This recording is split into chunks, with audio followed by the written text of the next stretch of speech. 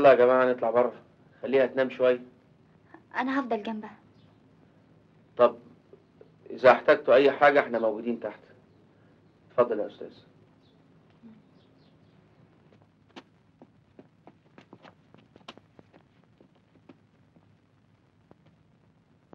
انا لو كنت عاوز اسرقكم كنت خبيت عنكم الحقيقه ونمت على 750,000 جنيه اللي دفعهم بابا واخدت الصفقه لنفسي. وايه الدليل على ان هو اللي دفعهم؟ ليه ما تكونش انت اللي اتصرفت التصرف ده من غير ما هو يعرف حاجه؟ اظن المستندات اللي قدامك بتقول ان بابا هو اللي باع العزبه والعماره وقبض ثمنهم بنفسه، وهو اللي طلب السلفه من البنك مش انا. انا حاسس اني بحلم حلم مزعج، مش عارف اصحى منه خالص. لولا ظنك فيا وشكك في ذمتي في عز ما انا مزنوق علشانكم ما كناش وصلنا للموقف ده. ومزنوق عشاننا في ايه بقى يا سيدي؟ تصور نفسك فجأة مسؤول عن عملية خطيرة زي دي كان بيقوم بيها 5 رجالة،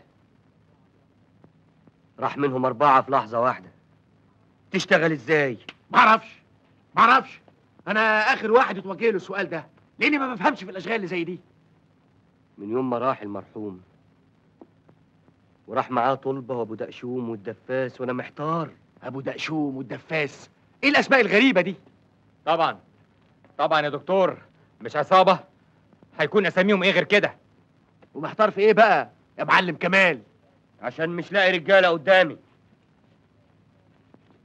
من يوم ما راحوا الجدعان وانا بدور على راجل واحد يكون جدع وامين يساعدني في استلام البضاعة وتوصيلها لمخابئها لحد ما نصرفها ونحولها لفلوس تاني. مش لاقي. ده في الوقت اللي انا محتاج فيه الراجلين على الاقل. انما الحمد لله ربنا فرجها. قصدك ايه يعني؟ قصدي ان امن ناس على المال هم اصحابه. اخلص، انا واجبي وحتم عليا القبض عليك فورا. احترم نفسك، انا استحملتك كتير. يا جماعه ارجوكم وطوا صوتكم لحد ما الشغالين يسمعنا، تبقى مصيبه. وانت يا دكتور انا ايه؟ معايا ولا واجبك ما يسمحلكش؟ واجبي واخلاقي وانسانيتي يلزموني بمنع توصيل السموم دي للناس. يعني انتوا الاتنين متنازلين عن حقكم في الصفقة؟ اعوذ بالله يا اخي من دي صفقه. انا هتجنن.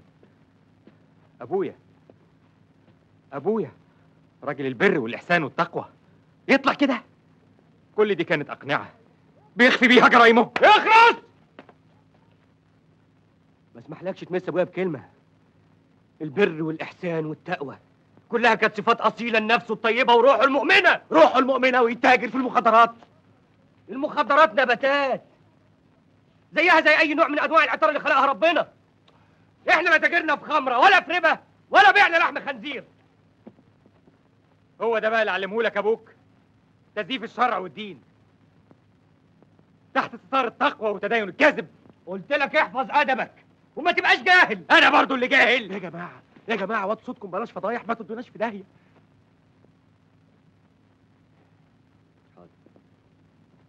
على كل حال فكروا في الموضوع بعد اعصابكم ما تهدى، لانكم دلوقتي منفعلين وغضبانين. والغضبان ما يقدرش ياخد قرار في حاجه. وهي دي مساله محتاجه القرار. طبعا، لانها مساله خطيره وهيترتب عليها اعتبارات اخطر في حياتنا كلنا. مهما كانت الاعتبارات احنا يستحيل نوافق على الاشتراك في جريمه منحطه بالشكل ده. ما تنسوش ان احنا مديونين للبنك ب 250,000 جنيه بضمان المحل، ده غير فوائد 23%. يتحرق المحل باللي فيه، بس للاسف المحل باللي فيه ما يوفيش الدين اللي عليه، وبالشكل ده البنك هيرجع على الورثه بباقي حقه. دي اخرتها برضه يا بابا، تهزقنا وتبهدلنا كده. انتوا مأزمينها ليه؟ ما الحل قدامنا وفي ايدينا. انت بتقول ايه؟ انا لا يمكن اسمح بمجرد ذكر اسمي في جريمه قذره بالشكل ده. وانا عندي اموت من الجوع ولا اني اتاجر في السموم اللي بعالج الناس من شرورها. مش هتخسروا حاجه اذا اديتوا نفسكم اسبوع تفكروا فيه قبل ما تقولوا او لا. بس اسبوع بالكتير، عشان البضاعه جايه بعد 15 يوم ولازم يبقى قدامنا فرصه عشان نخطط ونتحرك لاستلامها. ده اذا اتفقنا. واذا ما اتفقناش ابقى خلصت ذمتي قدام ربنا، وكل واحد عقله في راسه ويعرف خلاصه.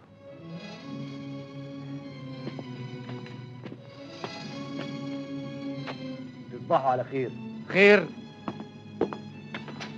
خير. كل واحد يعيش على قد دخله اللي ربنا وهبهوله لغاية ربنا ما يسهلها، ومحل العطارة يسد الديون اللي عليه. يسد الديون اللي عليه بعد كام سنة بس؟ دول 250,000 جنيه. وماله؟ كفارة للي فات. ربنا قادر يعوضنا ويدينا على قد نيتنا النظيفة ويغنينا بالحلال.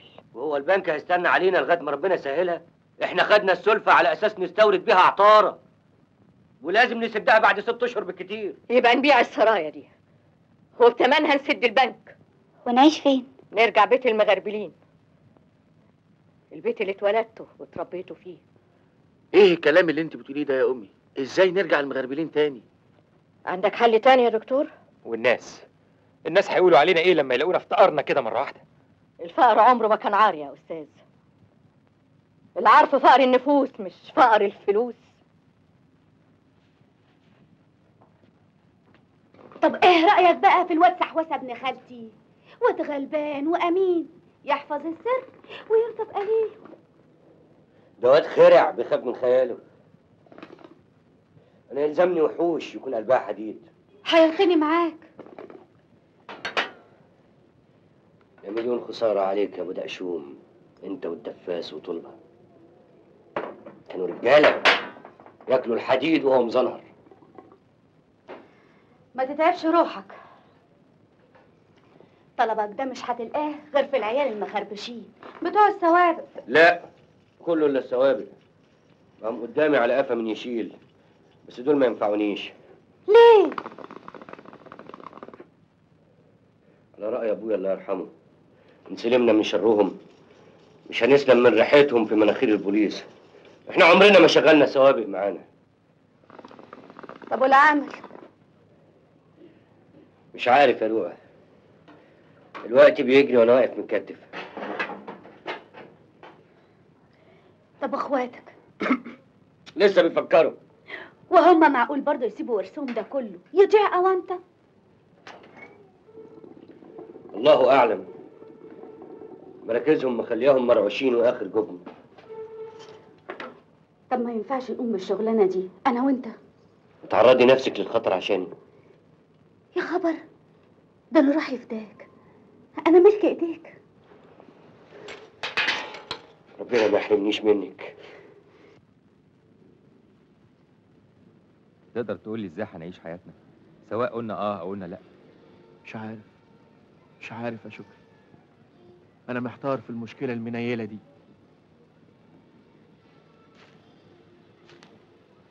لو قلنا لا هنفتقر وهنتفضح قدام كل الناس، ولو قلنا اه هنلغي شرفنا وانسانيتنا ونخون اخلاقنا اللي نشأنا وتربينا عليها. الله يسامحك يا بابا. يسامحه؟ قول ربنا ينتقم منه. اعوذ بالله، ده مهما كان بابا يا شكري ولازم نطلب له الرحمه. الرحمه ما تجوز على الافاقين المنافقين. لا ده انت اعصابك تعبانه خالص. ده انا هتنقط حاسسني هنشل. طب بس هدي نفسك، لا يجرى لك حاجه. يا ريتني اموت يا اخي واستريح. بعد الشر عليك يا اخي، ما تقولش كده. انا عارف ليه ما طلعناش صبيان لاجرامه زي كمال. ليه ما قتلش فينا الضمير من صغرنا وريحنا من عذابه وألمه اللي احنا بننكوي بيه دلوقتي.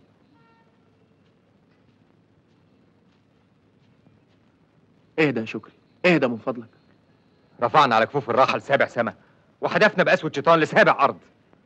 ان شاء الله ربنا هيفك ازمتنا. ازاي نواجه التزامات حياتنا اللي خلقها لنا وعودنا عليها بماله الحرام؟ الحل الوحيد اننا نتنازل عن راحتنا الماديه في سبيل راحه ضمايرنا ونعمل برأي ماما. انا مستعد اتنازل عن راحتي الماديه، لكن نسبه تسمح لي اعيش حياتي، لكن يستحيل اقبل انهيار وبشاعه الفقر على نفسي وعلى اولادي. يعني ايه؟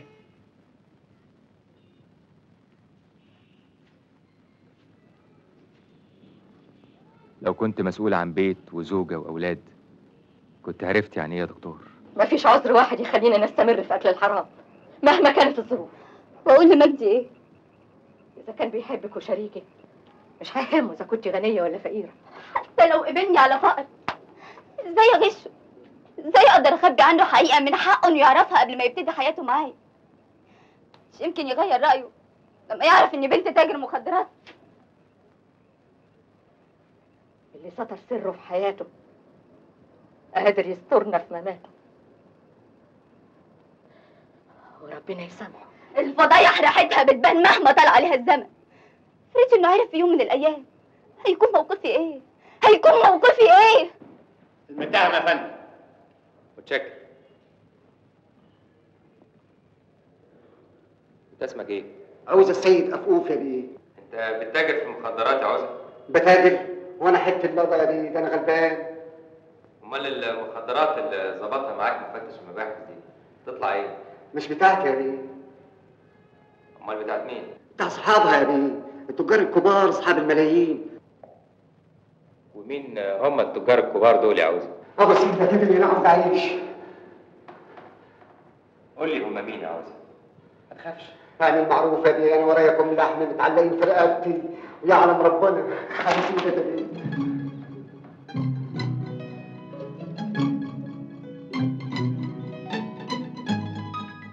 ازاي اقدر احاسب واحد زي ده وانا كل احساس بالضعف قدام ظروفي الماديه؟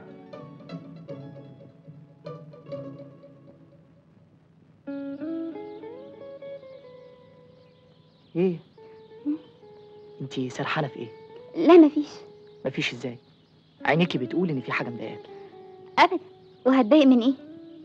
طب عيني في عينك كده.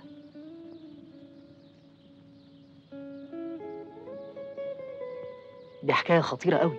حكايه ايه؟ حكايه عينيكي، كل ما ابص لهم بتوه في جمالهم. يا ترى هيكون ايه موقفك مني لو عرفت الحقيقه يا حضره الضابط؟ جمال هو المسؤول لانه شريك اصلي في الجريمه. مسؤول عن ايه؟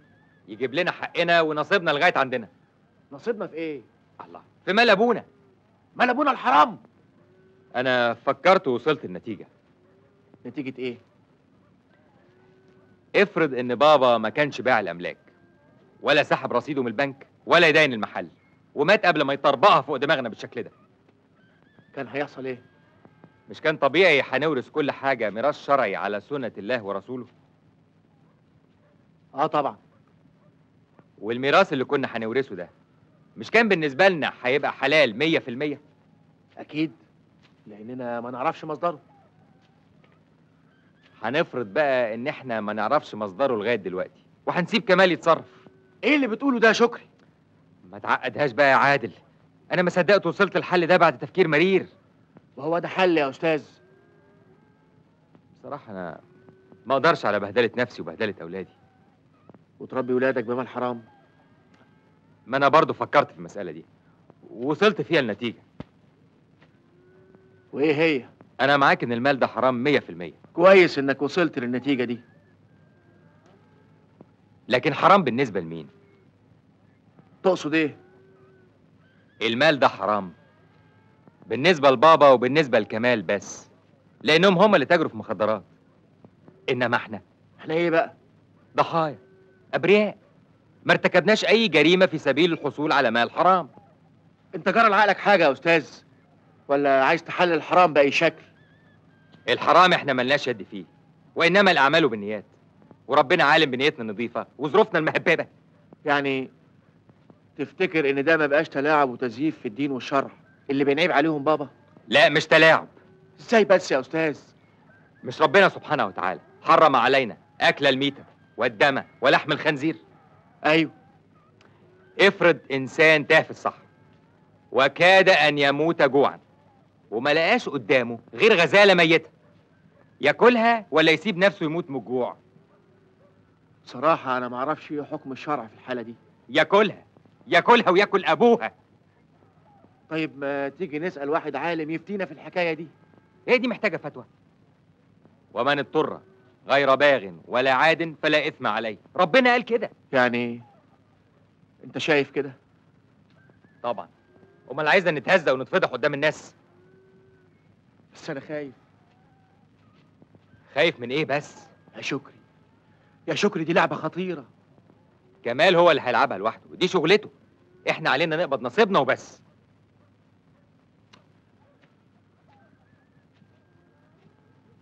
وافرض انه اتقفش؟ يبقى اخد جزاؤه الطبيعي، واحنا مفيش علينا اي مسؤوليه جنائيه. والمسؤوليات الادبيه والفضيحه. انت ناسي ان كمال ده يبقى اخونا؟ ساعتها يبقى نتبرى منه، وكل عيله فيها الصالح والمنحرف. هتبقى مصيبه، مصيبه كبيره. مفيش اكبر من مصيبه الفقر والاحساس بالذل والعار قدام الناس. البضاعة هتوصل كمان 3 أيام. ازاي يا سعاده البيه؟ ده لسه فاضل 10 ايام على الميعاد اللي جنابك مديهولي. الظروف اتغيرت، عشان كده بعتلك تقابلني. ايوه بس ايه؟ المفروض تكون مبسوط.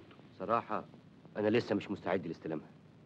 جنابك عارف ان رجالتي كلهم راحوا، ولسه لسه ايه؟ لسه ما دبرتش رجاله اثق فيهم. دي مش مسؤوليتي يا كمال. البضاعة اتحملت على المركب وزمانها في الطريق، وبعد 3 أيام هتتصبر في المية في المكان المتفق عليه. يعني مش ممكن يا فندم؟ ما تضيعش وقتي ووقتك. روح اتصرف ودبر حالك. حاضر يا سعاده البيه. ما بدهاش بقى. طب حير نفسك ليه؟ قول لاخواتك اذا كانوا عاوزين يحفظوا حقهم يجوا يساعدوك، ما كانش خلاص اتصرف انت. شوف لك حد يساعدك ويقسمك في البضاعه، يبقى انت كده طلعت بنصيبك. كان نفسي اجيب لهم نصيبهم من غير ما اقلقهم واعرضهم للخطر. بيتك ايه تعمله وما عملتوش؟ مش هاين عليا يضيع حقهم او انت كده. ده كل واحد فيهم نصيبه 1,000,000 جنيه. مفيش حلاوه من غير نار، واللي عاوز حقه بقى يجي يفوقه. انت هتقطع نفسك عليهم ولا ايه؟ هات التليفون. بقى ده برضه مكان تجيبنا نتكلم فيه. ده انسب مكان يا استاذ. كل الناس اللي فيه شياكه، محدش دريان بالتاني. يا متر، تشربوا ايه؟ انا محتاج واحد ويسكي هدي فوران اعصابي. وانت يا استاذ؟ زيه. 2 ويسكي وواحد عصير ليمون سكر تقيل. مين قدك انت يا رايق اللي بتشرب عصير ليمون؟ اصلي ما بشربش خمر ابدا. ليه بقى يا سيدي؟ عشان حرام. تضحكوا على ايه؟ ربنا يكملك بعقلك يا امير. انا مش قادر افهم ازاي بتصلي وبتتاجر في المهببات دي. وانا مش قادر افهم ازاي بتشربوا الخمره وتستحرموا المهببات دي. مدرب على كل الاجابات. اللي خالف ما ماتش. طبعا. وليه الشرف. الف رحمه ونور عليه.